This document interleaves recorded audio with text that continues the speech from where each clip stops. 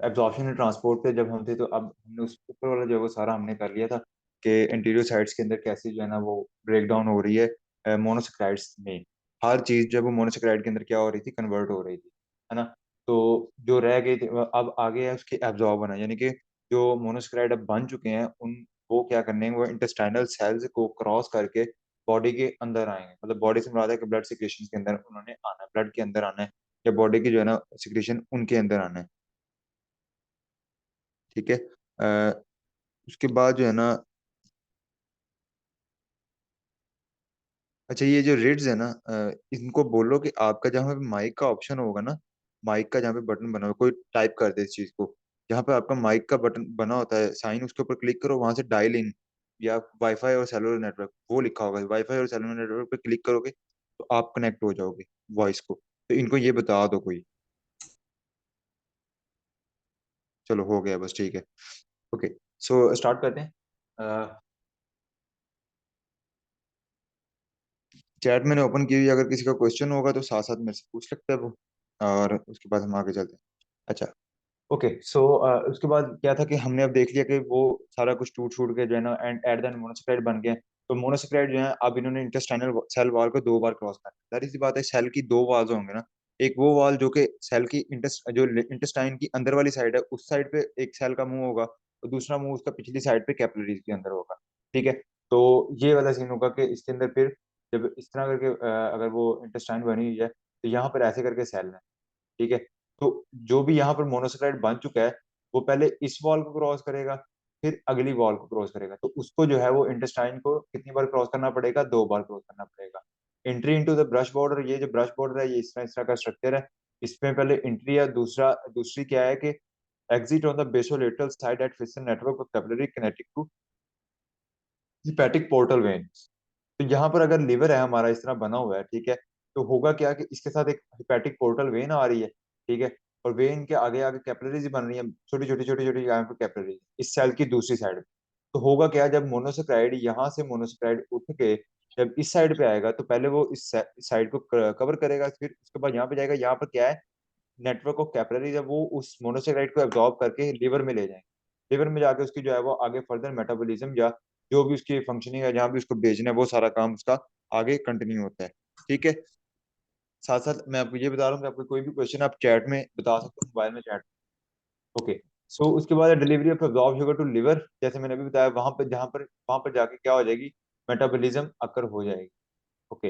Next है membrane transport, cellular membrane. अब ये ऐसा नहीं है कि बस इंटेस्टाइन का सेल वहां पे पड़ा हुआ है और जनाब ग्लूकोज आया अंदर या जो भी मोनोसेक्राइड आया वो इधर से घुस गया, दूसरी साइड से निकल गया। इसके लिए प्रॉपर ट्रांसपोर्ट चाहिए।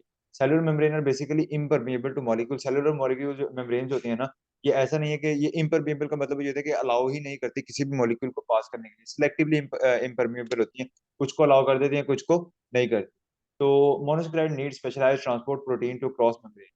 Both are substrate specific.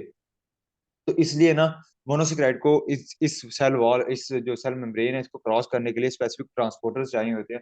Transporter जो है वो प्रोटीन के बने। ठीक है। तो वो प्रोटीन ट्रांसपोर्टर जो है वो मोनोसेक्राइड को पकड़ते हैं, सेल मेम्ब्रेन क्रॉस करवाते हैं। इस तरह दूसरी साइड पे भी इसी तरह जो बैकवर्ड साइड होती है सेल की, वहां पे भी इस तरह के ट्रांसपोर्टर जो कि आगे करवाते हैं। तो 2 तरह के जो है ना उन्होंने मेन उनको टाइप्स दी हुई हैं। एनर्जी डिपेंडेंट सोडियम ग्लूकोज को ट्रांसपोर्टर, जिनको हम SGLT कहेंगे, और दूसरा फैसिलिटेटेड डिफ्यूजन ग्लूकोज ट्रांसपोर्टर यानी कि ग्लट्स। ठीक है। अच्छा, टोटल 7 SGLT डिस्कवर हो चुके हैं अब तक। ठीक है। उनमें जो 1 और 2 हैं ये ज्यादा मेन फंक्शन करते हैं, और ये किस साइड पे प्रेजेंट है, ब्रश बॉर्डर वाली साइड पे, यानी कि जो इंटेस्टाइन की इनर साइड है ना, जो इंटेस्टाइन की इनर साइड होती है वहां पर ये प्रेजेंट है। ठीक है। और they are mainly in brush border and work with sodium co-transport and ATP hydrolysis for glucose and glucose absorption। तो ग्लूकोज और ग्लाइकोज अब्सॉर्प्शन के लिए क्या करते हैं, ये सोडियम के साथ करते हैं। मतलब सोडियम भी एक ही टाइम पे पास हो रहा है, और ग्लूकोज भी, और ग्लैक्टोज भी। तो इस तरह ये उनके ट्रांसपोर्ट करवाते हैं। तो इसकी एक स्पेसिफिक रेशियो होती है कि कितना सोडियम और कितना ग्लूकोज एक साथ आएगा, तो उसका होता है, वो हम आगे भी बात करेंगे कि ये दोनों चीजें इकट्ठी ही एब्जॉर्ब की जा रही है। A genetic abnormality involving SGLT misfunction lead to glucose galactose malabsorption। अगर कोई भी जेनेटिक ऐसा इशू आ जाता है जिसके अंदर SGLT यानी कि जो यहाँ पर ग्लूकोज ट्रांसपोर्टर है वो अगर खराब हो जाता है, तो क्या होगा कि वो अल्टीमेटली उसका क्या फंक्शन है कि उसकी वजह से मैल अब्जॉर्प्शन हो जाएगी, प्रॉपर अब्जॉर्प्शन नहीं हो पाएगी ग्लूकोज या ग्लैक्टोज की। और इसकी वजह से अगर वो ग्लूकोज और ग्लैक्टोज खाएंगे, अगर वो खा रहे हैं ग्लूकोज या ग्लैक्टोज खा रहे हैं, तो डेफिनेटली वो एब्जॉर्ब नहीं जब होगा, तो जब एब्जॉर्ब नहीं होगा तो वो डायरिया कॉज करेगा और डिफरेंट इश्यूज कॉज करेगा। एसजीएलटी का नाम मैंने दिया हुआ है एनर्जी डिपेंडेंट सोडियम ग्लूकोज को ट्रांसपोर्टर। ये एनर्जी को यूज करते हुए इंटेस्टाइनल ल्यूमन, ल्यूमन से क्या मुराद है, ल्यूमन से मुराद सिंपली ये है कि इंटेस्टाइन की इनर जो सरफेस है जहाँ पर हमारा जो खाना खाया पिया वो अभी पड़ा हुआ है, ठीक है, तो वहां से उठाएंगे ग्लूकोज ग्लैक्टोज को और उसको सेल के अंदर, इंटेस्टाइनल सेल के अंदर लेके आएंगे, ठीक है। तो ये एसजीएलटी है। आगे जो है वो facilitated diffusion glucose transport, there are 14 GLUTs, 7 SGLT से 14 जो है वो ग्लट्स हैं ह्यूमन बॉडी, जो कि ग्लूकोज ट्रांसपोर्ट करवाते हैं by facilitated diffusion. All GLUTs have same structure with 500 amino acid residue. अब मैंने जैसे पहले भी बात की थी, जो एसजीएलटी और जीएलयूटीज हैं, सगलेट्स और ग्लट्स जो हैं, ये किस चीज के बने होते हैं, ये प्रोटीन के बने होते हैं, ठीक है। तो प्रोटीन किस चीज की बनी होती है, अमाइनो एसिड की। इसका मतलब क्या है कि जो आपके ग्लट्स हैं ये अमाइनो एसिड से बनते हैं, और वो कहते हैं कि तमाम के तमाम ग्लट्स जो हैं वो 500 अमाइनो एसिड के रेजिड्यू से मिलके बनते हैं। Blood cells so oriented in the body that the hydrophilic region is an extracellular cellular fluid, while hydrophobic region is in lipid bilayer of membrane। तो इनका क्या सीन है कि ये जो है ना इनका जो वाटर से जो दूर रहने वाला एंड होता है, हाइड्रोफोबिक एंड से मुराद ये है, स्लो बोलेंगे, अच्छा रीना स्लो बोलेंगे तो मीटिंग ना लंबी बहुत हो जाएगी, इसलिए थोड़ा फास्ट बोल रहा हूँ, चलो मैं स्लो कर। अच्छा, जो ग्लट्स है ना बेसिकली इसके दो एंड होते हैं, एक हाइड्रोफिलिक एंड, एक हाइड्रोफोबिक एंड। अगर हम हाइड्रोफोबिक एंड की बात करेंगे तो वो फोबिया, फोबिया का मतलब होता है डर, खौफ। तो हाइड्रोफोबिक एंड वो है जो कि वाटर से दूर भागता है, यानी कि वाटर रेजिस्टेंट है, वाटर इंसॉल्युबल। तो वो कहाँ पर होगा, वो सेल मेम्ब्रेन के अंदर हमने एक स्ट्रक्चर पढ़ा हुआ है कि लिपिड बाय लेयर होती है, कि लिपिड के मॉलिक्यूल सेल मेम्ब्रेन का पार्ट होते हैं। तो वो जो ब्लड का जो वो वाला एंड है वो उसमें अटैच होगा, और दूसरा एंड एक्स्ट्रा सेलुलर फ्लूइड के अंदर होगा, यानी कि जो सेल के बाहर की जो जगह है, जो बाहर फ्लूइड प्रेजेंट है सेल्स के बाहर, वहां पर क्या है उसका दूसरा हाइड्रोफिलिक एंड होगा। When glucose attach to blood it's conformation chain that allow glucose entry into the cell. अब ग्लट का एक पार्ट जो है वो सेल मेम्ब्रेन के अंदर घुसा हुआ है, और दूसरा जो है वो फ्रीली, मतलब उसके अंदर है एक्स्ट्रा सेलुलर फ्लूइड के अंदर। अब एक्स्ट्रा सेलुलर फ्लूइड के अंदर ग्लूकोज जब आएगा तो ग्लट्स क्या कहते हैं, उनको पकड़ेंगे। जैसे ग्लूकोज उसके साथ अटैच होगा उसकी ओरिएंटेशन इस तरह चेंज होगी ग्लट की कि वो फिर ग्लूकोज को अंदर जो है ना सेल के अंदर फेंक देगा। और फिर जैसे ही सेल जो है वो ग्लूकोज जैसे ही सेल के अंदर चला जाएगा, तो यानी कि इसका मतलब यह है कि ग्लट से ग्लूकोज रिलीज हो गया, ग्लट वापस से अपनी शेप जो है वो ओरिजिनल स्ट्रक्चर गेन कर लेगा, और फिर से न्यू ग्लूकोज के साथ अटैच करने के लिए रेडी होगा। ब्लड्स हैं जो 1 से 5 हैं जो ज्यादा स्टडी किए गए, 14 टोटल होते हैं ना, तो जिनमें से 1 से 5 क्या है जो ज्यादा इंपॉर्टेंट है और ज्यादा उनके फंक्शन, और डिफरेंट ब्लड्स के डिफरेंट फंक्शन है। ब्लड वन जो है वो पहला ब्लड है जो कि आइडेंटिफाई किया गया था, और ये ब्लड ब्रेन बैरियर के दरमियान ग्लूकोज को ट्रांसपोर्ट करता है। उसके अलावा erythrocytes, erythrocytes red blood cells को कहते हैं, endothelial cell of brain and the most foetal tissue, foetal foetus कहते हैं ये अनबॉर्न बेबी जिसको कहते हैं, यानी कि बर्थ से पहले जो भी हमारा बेबी होता है उसको हम फीटस कहते हैं। तो इस केस में वो क्या कह रहे हैं, मेन जो इसका फंक्शन है वो ये है कि ये ब्लड और ब्रेन, यानी कि ब्लड से ग्लूकोज को उठाता है ब्लड वन, और ब्रेन के सेल्स को प्रोवाइड करता है, ताकि ब्रेन के सेल जो है वो ग्लूकोज को इस्तेमाल कर सकें। तो अगर इसकी वजह से कोई इशू होता है तो उसकी वजह से ऑटोमेटिकली क्या होगा, सीजर्स यानी कि दौरे पड़ना, तो ब्रेन के डिसऑर्डर आ जाएंगे, ठीक है। लग गई ना समझ, रिलेशन समझ आ गया ना। आ गया ट्रीटमेंट। ट्रीटमेंट के अंदर ketogenic diet to add ketone in body to be used as energy source to brain. तो अगर ग्लट वन नहीं है, ग्लट वन ने तो ग्लूकोज ट्रांसपोर्ट करना था ना, तो उस केस में फिर क्या होता है, कीटोजेनिक डाइट दी जाती है। कीटोजेनिक डाइट से मुराद है कि हाई फैट और लो बिल्कुल जीरो कार्ब कर दिए जाते हैं, लो से मुराद बिल्कुल कम कार्ब दिए जाते हैं। इससे क्या होता है कि कीटोजेनिक डाइट के केस में जब वो कीटोन्स प्रोड्यूस होते हैं, कीटोन्स कब प्रोड्यूस होते हैं, जब नॉन कार्ब सोर्स से एनर्जी आती है, लाइक फैट से, जब कहते हैं ना फैट बर्न करने से एनर्जी जो है वो बॉडी इस्तेमाल करती है, तो वो कीटोन्स की फॉर्म में एनर्जी आती है, वो ग्लूकोज की फॉर्म में नहीं। तो बॉडी फिर उनको कीटोन्स को फिर एज ए एनर्जी सोर्स इस्तेमाल करती है। तो ये इसका ट्रीटमेंट है। नेक्स्ट है ग्लट टू। इसकी है low affinity high capacity. Low affinity से मुराद ये है कि ये कम ग्लूकोज को बाइंड कर सकते हैं, लेकिन कैपेसिटी ज्यादा है, ज्यादा कैरी कैपेसिटी इसकी ज्यादा है। Allow glucose transfer to beta cell of pancreas, liver, small intestine and kidney and through enterocytes. तो ये ना डिफरेंट साइट्स ऑफ जो एब्जॉर्प्शन है ना ग्लूकोज के, डिफरेंट साइट्स के मुताबिक डिफरेंट ग्लट्स हैं। पहले वाला ग्लट वन जो है वो ब्रेन के लिए है, दूसरे वाला मेनली किसके लिए है, बीटा सेल और पेंक्रियाज। पेंक्रियाज के बीटा सेल का आपको पता है कि वो इंसुलिन रिलीज करते हैं, तो उन्हें भी अपनी फंक्शन के लिए ग्लूकोज चाहिए होती है एनर्जी के लिए। उसके अलावा लिवर के अंदर, स्मॉल इंटेस्टाइन के अंदर, किडनी के अंदर, और एंटीरोसाइट्स, यानी कि एंटीरोसाइट्स से मुराद है इंटेस्टाइनल सेल, तो इन सब के लिए ग्लट टू है। In pancreas it is sensitive indicator of blood glucose level and cause release of insulin. जब ब्लड टू के जो है ना ये पेंक्रियाज के अंदर लगे हुए हैं ना, तो जैसे ग्लूकोज आएगा तो ब्लड टू इसको डिटेक्ट करेगा कि ग्लूकोज का लेवल ये चल रहा है, और फिर ये स्टिमुलेट करेगा बीटा सेल्स को कि भाई इतना ग्लूकोज का लेवल हो चुका है, तो आप जो है ना वो इंसुलिन को रिलीज करें। और इंटीरियोसाइट्स के अंदर ये ग्लूकोज और फ्रुक्टोज की ब्लड स्ट्रीम के अंदर ट्रांसफर करवाएगा।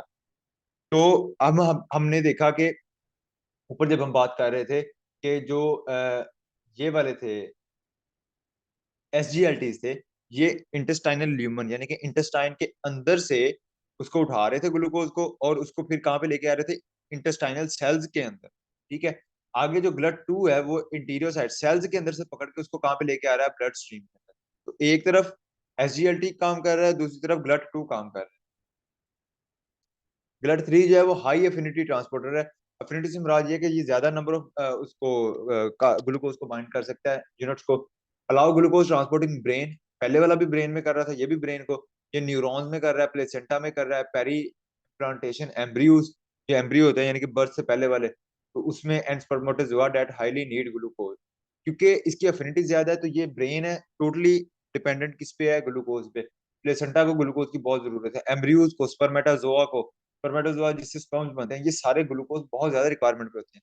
तो इसके लिए फिर हाई एफिनिटी ट्रांसपोर्टर चाहिए होता है, जो कि ज्यादा glucose at a time bind करके उसको लेके जा सके। It's disorder leads to dyslexia, dyslexia brain disorder है, तो क्योंकि ये भी ब्रेन से रिलेटेड है। अब आपने याद रखें कि ग्लट वन की वजह से सीजर्स होते हैं, ग्लट थ्री की वजह से डिसलेक्सिया होता है।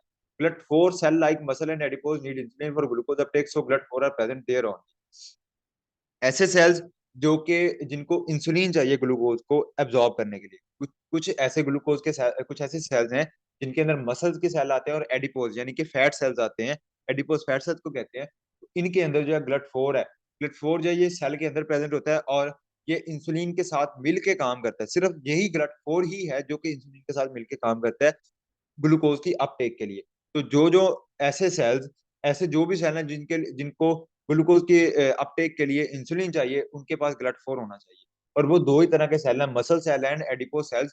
तो इनको इंसुलिन की रिक्वायरमेंट होती है, इसलिए इनके अंदर ग्लट फोर प्रेजेंट होता है। तो बेसिक मैकेनिज्म मैं थोड़ा सा समझा देता हूँ वैसे ही ओवरव्यू के लिए, कि जब ग्लट फोर जो है वो सेल के अंदर प्रेजेंट होता है, जबकि जो है इंसुलिन है वो बाहर से बीटा सेल रिलीज करते हैं ब्लड स्ट्रीम के अंदर। तो किसी भी सेल के ऊपर जब इंसुलिन आके बाहर से अटैच होती है, तो ग्लट फोर पहले अंदर से अटैच होता है, उसके ऊपर आके इंसुलिन लगती है, इंसुलिन रिसेप्टर, और फिर वो ग्लूकोज जो है वो सेल के अंदर आ जाता है। सेल के अंदर आके उससे एनर्जी प्रोड्यूस होती है, और सेल अपने डिफरेंट फंक्शन करता है। नेक्स्ट नेक्स्ट है ग्लट फाइव। ये फ्रुक्टोज स्पेसिफिक ट्रांसपोर्टर है। ग्लूकोज और फ्रुक्टोज डिफरेंट है ना, तो ये फ्रुक्टोज की ट्रांसफर करवाता है इंटीरियोसाइट्स के अंदर। जब बॉडी के अंदर फ्रुक्टोज बने हैं, जो ल्यूमन है उसके अंदर जब टूट गया, इंटेस्टाइन के अंदर जो है वो सारा हमारे पास मोनोसैकेराइड्स बन गए, तो उसके अंदर एक फ्रुक्टोज भी बनेगा। तो उसके ट्रांसफर के लिए ग्लट फाइव चाहिए। It is express primarily in the small intestine, lesser degree in kidney, brains, calcium muscle and adipose tissue. ये कुछ ऐसे सेल्स हैं जो कि फ्रुक्टोज को इस्तेमाल कर सकते हैं, तो उनमें भी थोड़ी अमाउंट में, और मेनली जो है वो इंटीरियोसाइट के अंदर इनकी होती है। Both enterocyte and endothelial cells of proximal tubules have brush border. SGLTs and gluts are present there for absorption of nutrient into the blood.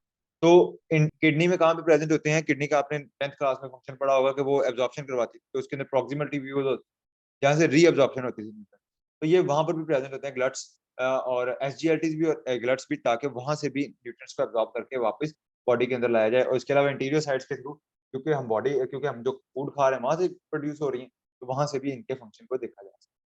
Next है intestinal absorption of glucose and galactose, कि glucose और galactose कैसे intestine के अंदर absorb हो रहा है।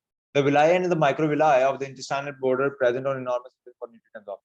मतलब विलाई और माइक्रोविलाई से मुराद वही जो ब्रश बॉर्डर वाली हमने बात की ना, कि इस तरह करके स्ट्रक्चर बनते हैं, इस तरह ब्रश लाइक स्ट्रक्चर बना होता है, तो उसको विलाई और माइक्रोविलाई कहते हैं। और ये आगे एक कुछ रटे वाली चीजें हैं कि एक इंटेस्टाइन जो है, ह्यूमन इंटेस्टाइन, वो दिन का 5400 ग्राम ग्लूकोज और 4800 ग्राम फ्रुक्टोज एब्जॉर्ब कर सकती है।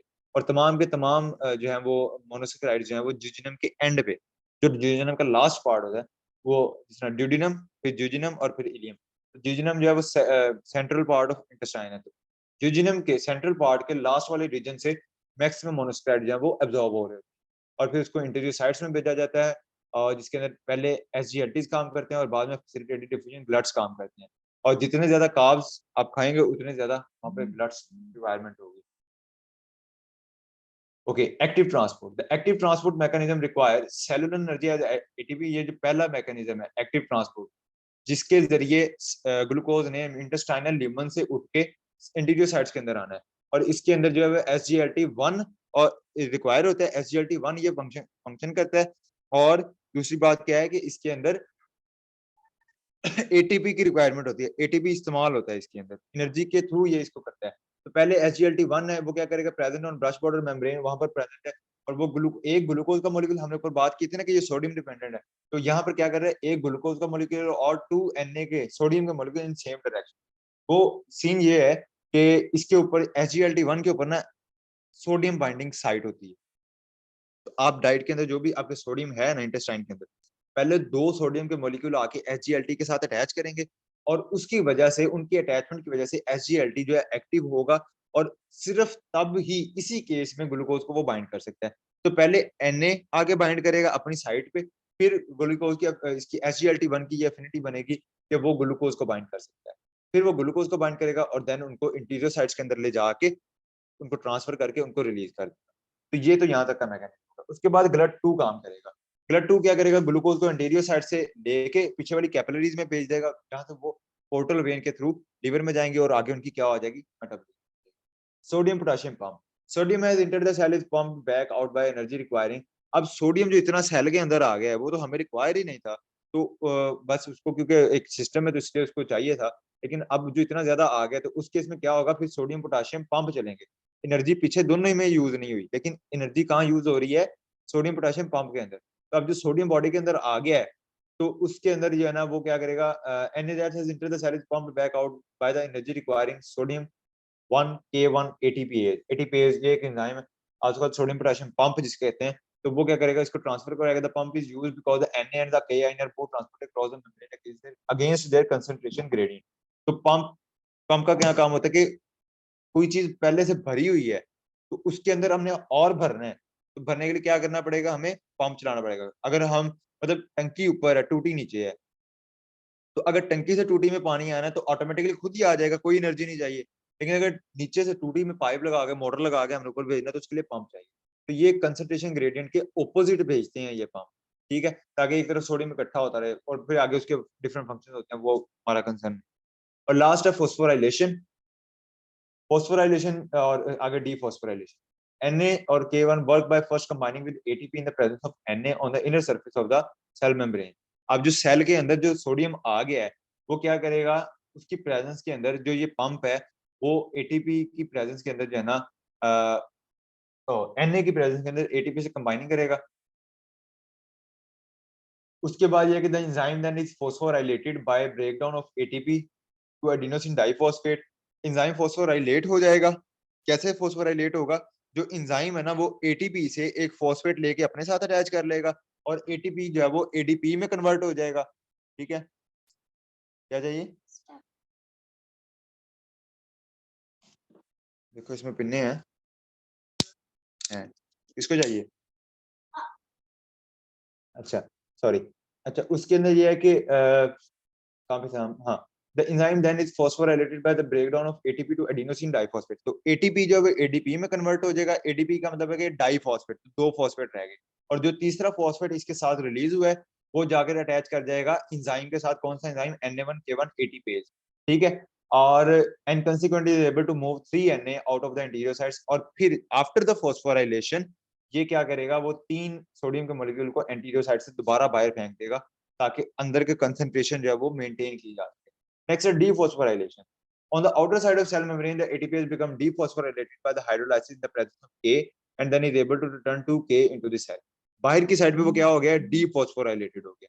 अब डीफॉस्फोराइलेटेड जब हो गया है तो वो क्या करवा देगा आगे, बाहर वाली साइड, जो सेल से बाहर वाली साइड है, एंटीरियर साइड्स के दूसरी साइड पे। अंदर वाली साइड फॉस्फोराइलेटेड है इसलिए वो सोडियम को पकड़ के बाहर फेंक दिया, और बाहर वाली साइड डीफॉस्फोराइलेटेड है यानी कि उसके अंदर फॉस्फेट वहां से रिलीज हो जाएगा और पोटाशियम अटैच होकर 2 पोटाशियम अंदर भेज देगा। तो एक sodium pump at a time 3 sodium अंदर भेज रहा है, बाहर भेज रहा है, और 2 सोडियम सेल के इंटीरियर साइड्स के अंदर भेज रहा है। होप तो यहाँ तक clear. Note that the activity of sodium potassium ATPase occur in a different membrane location opposite of SGLT1। तो ये SGLT1 से दूसरी साइड पे लोकेशन पे ये काम हो रहा है। ऐसा नहीं है कि जहाँ पे SGLT लगा वहीं पे ये काम हो रहा है, ठीक है। And the SGLT1 itself is not phosphorylated by ATP, और SGLT1 phosphorylated नहीं हो रहा, जो ATP सोडियम ATPase हो रहा है ना, सोडियम पोटेशियम ATPase, वो phosphorylate होता है। This illustrate how active transport can occur in variety of cell with many type of membrane transfer as long as they transport sodium। तो छोड़ दो, ये लाइन याद करने वाली है ही। In fact, the activity of sodium potassium is responsible for most of the active transport in cell and is a major energy demand for of the body at rest। तो ये बहुत सारी जो है सोडियम पोटेशियम पंप और भी बहुत जगह पे होते हैं। तो ये इन शॉर्ट एक्टिव ट्रांसपोर्ट करवाते हैं एनर्जी के थ्रू, कोई भी चीज अगर हमने अपटेक करनी। नेक्स्ट है फैसिलिटेटेड ट्रांसपोर्ट।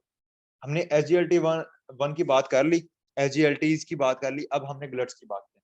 तो ग्लट्स के अंदर ये है कि some glucose and galactose can be absorb into interior sites independent of SGLT one. SGLT one का क्या मतलब है, इंडिपेंडेंट का क्या मतलब है कि उनको कोई भी एनर्जी नहीं चाहिए, वो एसजीएलटी1 के बगैर ही अब्सॉर्ब हो जाएंगे।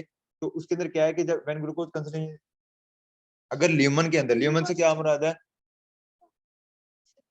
अगर ल्यूमन के अंदर हमारा इंटेस्टाइन, ल्यूमन जो है इंटेस्टाइन का इनर पार्ट है, जो सेंट्रल खाली जगह जहाँ पे, तो वहां पर अगर ग्लूकोज का लेवल बहुत ज्यादा है, जैसे कि हम कोई लार्ज कार्बोहाइड्रेट फूड खा लेते हैं तो उसके बाद वहां पे ज्यादा हो जाता है, तो ग्लूकोज जो है वो मजीद, पहले तो अगर कम है तो एक्टिव ट्रांसपोर्ट होगी, और अगर वैसे ही ज्यादा है तो उसकी जो है वो ग्लड्स के थ्रू ट्रांसपोर्ट होगी। तो बहुत ज्यादा ग्लूकोज जो है वो इंटीरियर साइड्स में एंटर कर जाएगा। तो intercellular GLUT2 is translocated to the brush border membrane by the movement of cytoskeleton, the contraction of myosin। अब सीन क्या है कि हमने क्या बात की थी पीछे कि ग्लट्स जो है, GLUT2 की हमने कहाँ पे बात की थी, यहाँ पे कि इंटीरियर साइड से अंडरलाइन कैपिलरीज की तरफ भेजता है।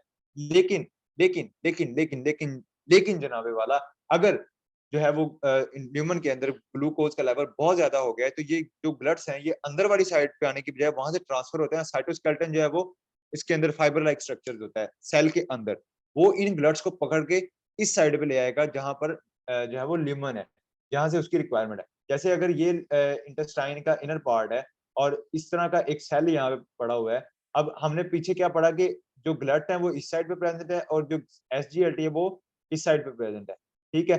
लेकिन अब एसजीएलटी क्या कर रहा है, यहाँ पे ग्लूकोज उतना नहीं है जितना, बहुत ज्यादा नहीं है, ये एनर्जी के पहले उसको अपटेक करेगा अंदर, साथ 3 सोडियम इसके साथ 2 सोडियम लगेंगे और इस तरह ग्लूकोज का मॉलिक्यूल अंदर ले आएगा, ठीक है। अब सोडियम भी अंदर है, ग्लूकोज भी अंदर है। उसके बाद यहाँ पर क्या था, दूसरा हमने किया था सोडियम पोटेशियम एटीपेज।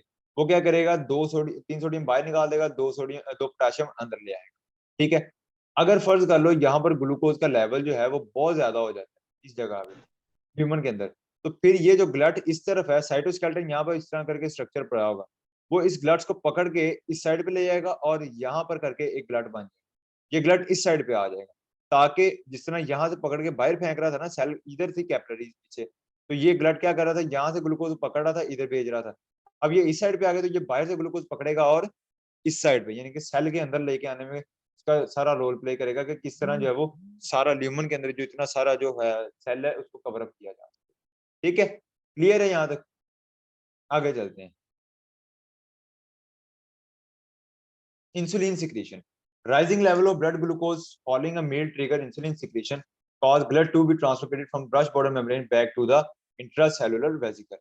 अब होगा क्या, जब इतना सारा ग्लूकोज सेल के अंदर आ जाएगा, इंटीरियर साइट्स के अंदर आ जाएगा, वो ट्रिगर करेगा इंसुलिन की सिक्रेशन को। वो वहां से सिग्नल देगा कि इंसुलिन सिक्रेट की जाए, बहुत ज्यादा ग्लूकोज जो है वो आ गया। तो फिर से ग्लट क्या करेगा, इधर जहां पे अपने था वहीं से फिर साइटोस्केलेटन उसको उठाएगा, इस साइड पे वापस अपनी साइड पे ले आएगा, ठीक है। While GLUT2 is not directly dependent on insulin for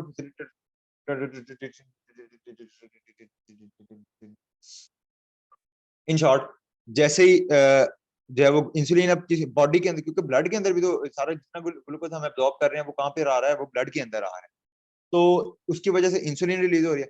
अब पीछे हम बात करके आए कि GLUT2 तो इंसुलिन पे डिपेंडेंट ही नहीं है, वो तो GLUT4 था जो कि इंसुलिन डिपेंडेंट था, और वो मसल और एडिपोज टिश्यूज के अंदर था।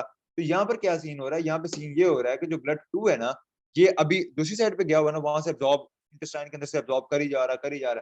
तो जब इंसुलिन का लेवल बॉडी के अंदर ज्यादा होता है तो वो क्या करता है, वो ब्लड 2 को पकड़ता है और उसको वापस अपनी जगह पे ले आता है कि तुम इस साइड पे आ जाओ, जहां पर कैपिलरीज वाली साइड पे वो आ जाता है। तो इसका मतलब ये है कि जब ब्लड 2 इधर आ गया तो वहां से इंटेस्टाइन से क्या नहीं होगी, एब्जॉर्प्शन नहीं होगी। तो इनडायरेक्टली इंसुलिन ने उसकी एब्जॉर्प्शन कम कर दी, इंटेस्टाइन के अंदर से ग्लूकोज की एब्जॉर्प्शन क्या हो गई, कम हो गई, और उसकी वजह से बॉडी का ग्लूकोज लेवल इंक्रीज नहीं करेगा। इस तरह इंसुलिन हमें डायबिटीज से बचाती है और बॉडी का ग्लूकोज लेवल जो है वो कम रखती है। ठीक है, समझ आ गई है? अगर नहीं आई तो साथ साथ क्वेश्चन पूछते जाओ। मैं मीटिंग 10 मिनट में एंड हो जानी है मेरा ख्याल है, तब तक हमने वैसे इसको कवर कर लेना। नेक्स्ट है इंटेस्टाइनल एब्जॉर्प्शन ऑफ, सॉरी ये रह गई, इन इंसुलिन रेजिस्टेंस इंडिविजुअल और those with type 2 diabetes blood 2 is resistant to effect of insulin. अब इसके अंदर यही हो रहा है कि जो ब्लड 2 है वो उसको इंसुलिन को रिस्पॉन्ड ही नहीं करता, वो अपनी उसी इंटेस्टाइनल ब्रश बॉर्डर वाली साइड पे रहता है और ग्लूकोज को एब्जॉर्ब कर ही जा रहा है, कर ही जा रहा है, कर ही जा रहा है। इसकी वजह से ग्लूकोज का लेवल जो है वो बहुत ज्यादा राइज कर जाता है। नेक्स्ट है इंटेस्टाइनल एब्जॉर्प्शन ऑफ फ्रुक्टोज। हमने ग्लूकोज की बात कर ली, लैक्टोज की बात कर ली, आगे हम फ्रुक्टोज की बात करते हैं। Absorption of dietary fructose occur by facilitated diffusion and is mediated primarily bye GLUT5। GLUT5 भी एंटीरियर साइट्स के अंदर प्रेजेंट है। तो यहाँ से क्या होगा कि इसकी एब्जॉर्प्शन हो जाएगी। GLUT5 has a high affinity for fructose and is not influenced by the presence of glucose। मतलब GLUT5 जो है ये इसका ग्लूकोज से ताल्लुक ही कोई नहीं, ये सिर्फ फ्रुक्टोज को एब्जॉर्ब कर रहा है। और ये वैसे ही जहां पर अगर हमने इस तरह, जैसे हमने बात की थी कि इस तरह करके अगर इधर SGLT प्रेजेंट है और इधर GL GLUT2 प्रेजेंट है, तो इसी तरह यहाँ पर GLUT5 प्रेजेंट होगा जो कि सिर्फ फ्रुक्टोज की जो है ना वो एब्जॉर्प्शन करवा है। ठीक है, तो इस तरह होगा। अच्छा, फ्रुक्टोज के लिए SGLT1 नहीं चाहिए, इसलिए इसको कोई भी एनर्जी नहीं चाहिए, तो फ्रुक्टोज ऑटोमेटिकली एब्जॉर्ब हो जाएगा। The rate of fructose absorption is much slower then that of glucose and glucose but is increase when GLUT2 is present in the brush border membrane of the intestine. वो कह रहा है कि इसका rate जो है ना वो बहुत स्लो है। When the intestinal concentration increases, fructose is transported out of the anterior sides to the hepatic portal when GLUT2 in the basolateral membrane। और जब इंटेस्टाइन से ज्यादा हो जाता है ग्लूकोज तो वो आ जाएगा सेल के अंदर, इंटीरियर साइड्स के अंदर, और इंटीरियर साइड से आगे फिर GLUT2 ही पहले क्या है, GLUT2 ही उस फ्रुक्टोज को आगे भेजेगा। GLUT5 जब वो इंटेस्टाइन इधर से इंटेस्टाइन के अंदर से अब्सॉर्ब करवाया के इंटेस्टाइनल सेल्स के अंदर ला रहा है, और आगे GLUT2 ही है जो उसकी आगे बॉडी के अंदर एब्जॉर्प्शन करवा रहा है। The facilitated transport process can proceed only down a concentration gradient. तो ये जो फैसिलिटेटेड ट्रांसपोर्ट है ये सिर्फ डाउन अ कंसंट्रेशन ग्रेडियंट का मतलब ये है कि जिस तरफ ज्यादा लेवल होगा उस साइड से कम लेवल की तरफ हमेशा करेगी। तो होगा सीन यही कि GLUT5 जो है ये पहले तो उठा लेगा ना उसको एज इट इज, और उसको ले आएगा इंटीरियर साइड्स के अंदर, इंटीरियर साइड्स के अंदर भरता जाएगा भरता जाएगा भरता, इतना भर देगा कि दूसरी साइड पे कैपिलरीज के अंदर उसका लेवल हो जाएगा लो। जब उसका लेवल कैपिलरीज में लो हो जाएगा तो ये ट्रांसफर सारा सारा उस साइड पे हो जाएगा। ठीक है, तो ये यहाँ इसका ट्रांसफर है। At typical dietary intake fructose is efficiently absorbed and there is no fructose system in systematic circulation due to removal by the liver where it is phosphorylated type in hepatocyte। तो वहां से ये hepatocytes में जाएगा और वहां से ये रिमूव हो जाएगा, ये जो भी इसके फंक्शन होंगे उसको होंगे। लेकिन ये ऐसा नहीं है कि सर्कुलेशन या ब्लड के अंदर ये फ्रुक्टोज फ्रीली मूव कर रहा हो, ऐसा नहीं होगा। ठीक है, क्योंकि फ्रुक्टोज हमारी रिक्वायरमेंट नहीं। आगे मेल एब्जॉर्प्शन है, बहुत सारे मेल ऐसे इश्यूज हैं जो फ्रुक्टोज को एब्जॉर्ब नहीं कर सकते। तो अगर वो high amount of fructose consume कर लें तो उसके अंदर इंटेस्टाइनल पेन, गैस और डायरिया के इश्यूज आ सकते हैं।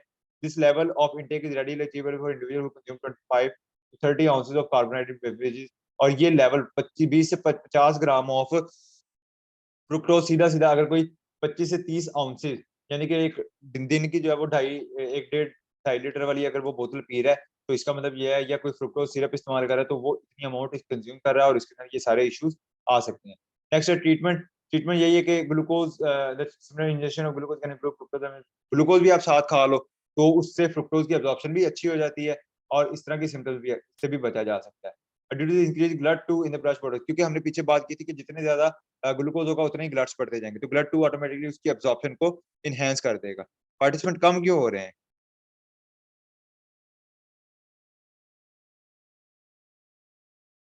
कोई बात नहीं, थोड़ा ही रह गया, मैं स्क्रीनशॉट अब लेता हूँ। फैसलाबाद की लाइट तो नहीं चलेगी। अच्छा क्या ट्रीटमेंट के अंदर यही है कि ग्लूकोज साथ खा लेंगे और ग्लट्स वगैरह, क्योंकि जितना ग्लूकोज होता जाएगा उतने ग्लट्स आते जाएंगे। Following the intestinal absorption of glucose, galactose and fructose, they enter the hepatic portal vein where they are carried out to the liver। वही बात पुराने वाली वही आगे आ गई दोबारा। Okay, galactose is largely converted to glucose derivative and stored as liver glycogen. Galactose इसमें कन्वर्ट हो जाएगा ग्लूकोज के डेरिवेटिव में और आगे लिवर ग्लाइकोजन की फॉर्म में स्टोर हो जाएगा।